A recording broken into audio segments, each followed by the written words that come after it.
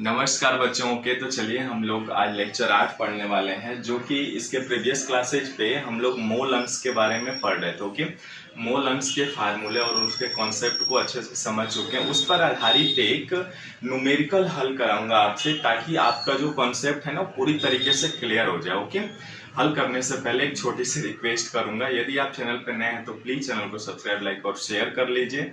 Okay, इससे हमें motivation मिलता है। और साथ में घंटी का आइकॉन जरूर दबा लीजिएगा, क्योंकि इससे नोटिफिकेशन जब भी वीडियो अपलोड होंगी ना तो नोटिफिकेशन आपको मिल जाएगा। Okay, thank you. चलिए स्टार्ट करते हैं, ध्यान से समझिएगा।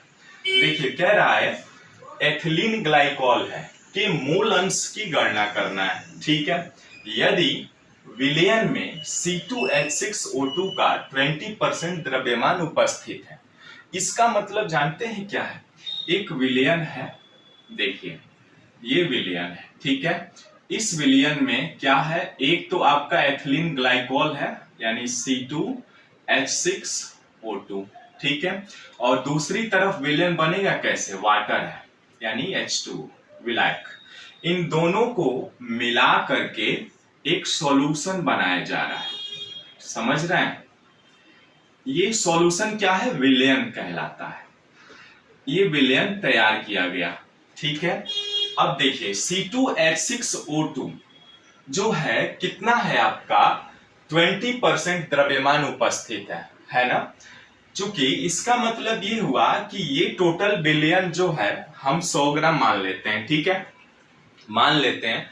तो टोटल विलयन यदि 100 ग्राम है, ठीक है, यदि टोटल विलयन आपका 100 ग्राम है तो इसमें देखिएगा ध्यान से, 100 ग्राम यदि आपका ml विलयन है तो आपका ये 20% है, यानी इसका 20% यदि 100 ग्राम है ये, तो इसका 100 का 20% कितना होगा? 20% ही होगा।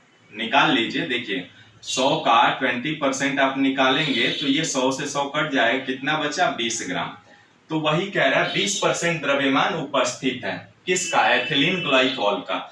वैसे ही पानी का कितना हो जाएगा? 100 - 20 यानी 80 ग्राम। समझ में आया आपको?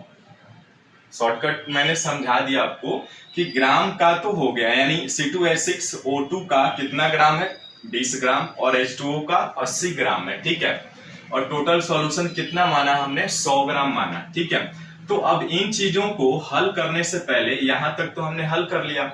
अब चूंकि हम क्या करते हैं, C2H6O2 का मोलर मास निकाल लेते हैं। C2H6O2 का मोलर मास, ठीक है। मोलर मास कितना होता है, जिसको आप आणविक द्रव्यमान भी कहते हैं बच्चों, ध्यान दीजिएगा, आणविक द्रव्यमान, ठीक है। कैसे निकलेगा? देखिए क्या करते हैं, इनके परमाणु भारों को जोड़ लेते हैं ना।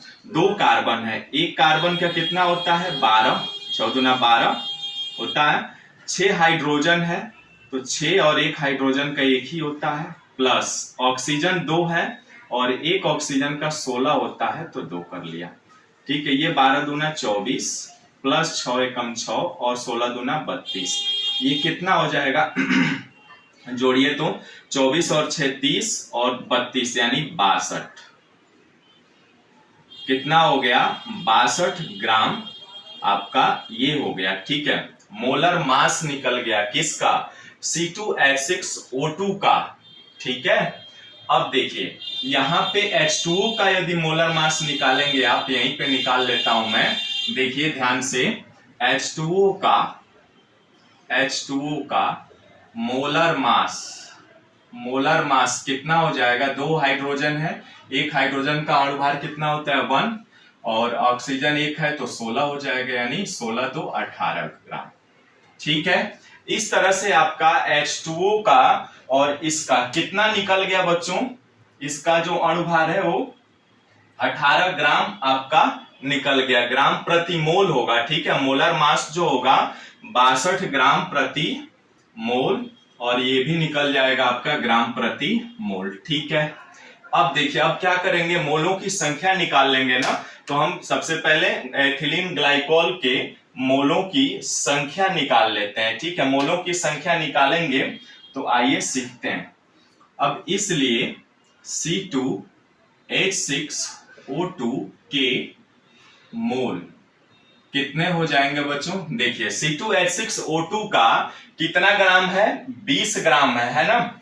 20 ग्राम है आपका क्या इसका वेट, भार जो है द्रव्यमान, और इसके आपका C2H6 का जो आणविक द्रव्यमान निकाला आपने, कितना निकाला?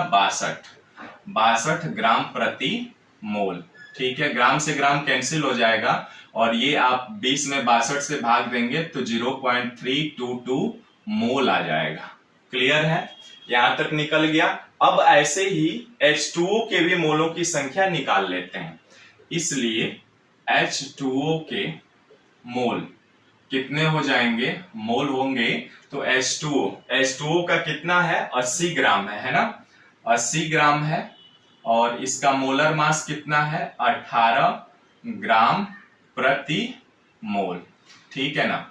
अब इसमें ग्राम से ग्राम कैंसिल हो जाएगा, भाग देंगे तो ये आपका आएगा 4.80/18 में भाग दीजिए, कितना आएगा? 4.44 मोल आ जाएगा। ठीक है, 4.444 मोल आएगा। क्लियर है? जहां तक आ गया। अब क्या पूछ रहा है हमें? कह रहा है कि एथिलीन ग्लाइकॉल के मोल अंश की गणना कीजिए, है ना? एथिलीन ग्लाइकॉल के मोल अंश की गणना करना है, तो इसलिए हम इसका मोल अंश x से निरूपित करते हैं। तो x ग्लाइकॉल है ना, निकालेंगे तो क्या होता है? एथिलीन ग्लाइकॉल कितना है आपका? एथिलीन ग्लाइकॉल जो है वो कितना है आपका? इसके मोल 32 है ना, ये 0.322 मोल। ठीक है, क्या करते हैं जब इनके मोलों की संख्या निकालते हैं तो देखते हैं कि विलयन में इसके कितने मोल उपस्थित हो गए, तो 0.322 मोल आ गया आपका। ठीक है, अब इसके बाद इन दोनों का मोल जोड़ दीजिए, यानी टोटल बिलियन का मोल, तो टोटल बिलियन में मोल कितने हो जाएंगे? 0.322 प्लस 4.444 मोल। ठीक है, जोड़ लीजिए।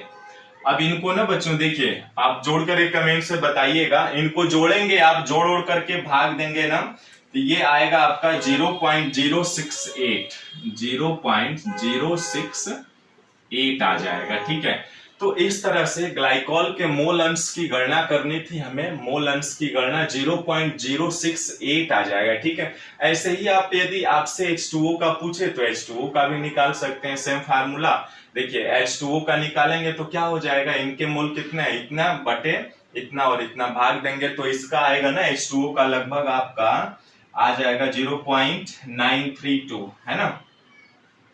तो इस तरीके से आप निकाल सकते हैं इनके मोलों की संख्या भी। जल का भी निकालेंगे आप तो x जल में भाग दीजिए, तो जल का कितना है मोल? 4.444। ठीक है, बटे 0.322 प्लस 4.444।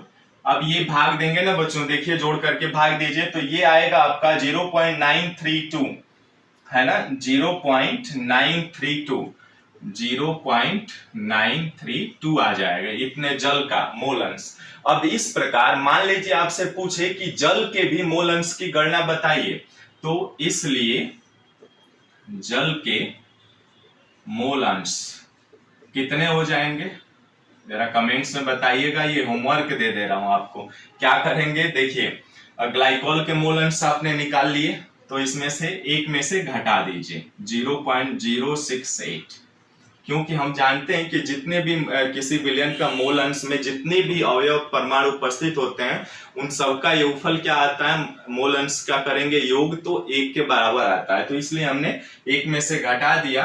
तो घटाएंगे तो ये आपका आ जाएगा, लगभग आएगा ये आपका 0.932, यही आएगा 0.932, यहां से आ सकता है। आप देखिएगा, आप ऐसे भी निकाल सकते हैं, इस फार्मूला से भी निकाल सकते हैं। ठीक है, तो दोनों चीजें आपके सामने, ये अच्छा लगे तो ये, यदि दो है तो एक निकाल लिए तो एक में से माइनस करके भी निकाल सकते हैं। ठीक है, इस तरह से बच्चों एथिलीन ग्लाइकॉल के मोल अंश की गणना करते हैं और मोल अंश को आप इस तरीके से गणना कर सकते हैं। ठीक है, जानकारी अच्छी लगे तो प्लीज चैनल को सब्सक्राइब, लाइक और शेयर करिएगा। मिलते हैं फिर नेक्स्ट वीडियो में एक नए टॉपिक के साथ, तब तक बाय बाय।